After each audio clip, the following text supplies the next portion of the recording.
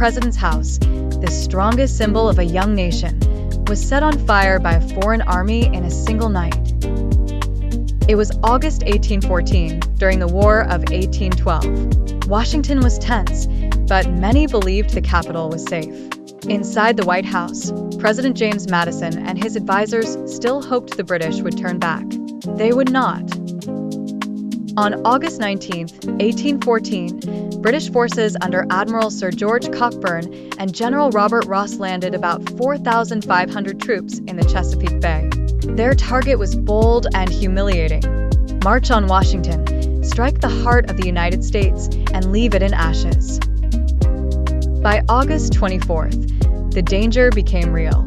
At the Battle of Bladensburg, American militia broke in panic and fled so quickly that the retreat was later nicknamed the Bladensburg Races.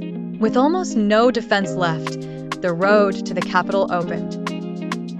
That afternoon, President Madison left the city. Government officials scattered. Citizens abandoned their homes.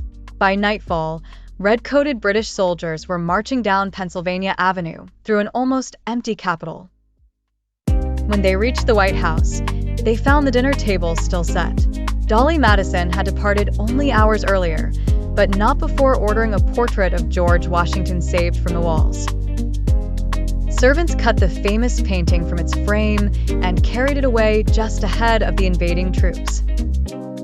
Then the British entered the building, ate what had been left behind, and reportedly raised a mocking toast to the president. After that, they began the destruction.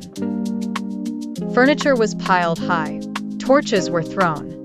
Flames climbed the walls and burst through the roof. Soon the White House was burning so fiercely that witnesses could see the fire from as far as 40 miles away. That night, Washington's other symbols of power also fell. The Capitol was set ablaze. So were the Treasury and the War Department. The capital of the United States glowed in fire and smoke, a national humiliation made visible across the night sky. Then came the twist. On August 25, 1814, a violent storm swept through Washington. Some accounts describe it as a tornado. The wind and rain doused fires, toppled structures, and killed several British soldiers. The invaders, shaken by the storm and unable to stay long, withdrew soon after. The Americans had lost their capital, but not their country. Rebuilding began quickly. By 1818, the White House stood again.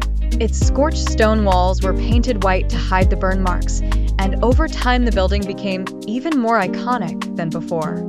The attack had exposed the nation's weakness, but the recovery showed its determination.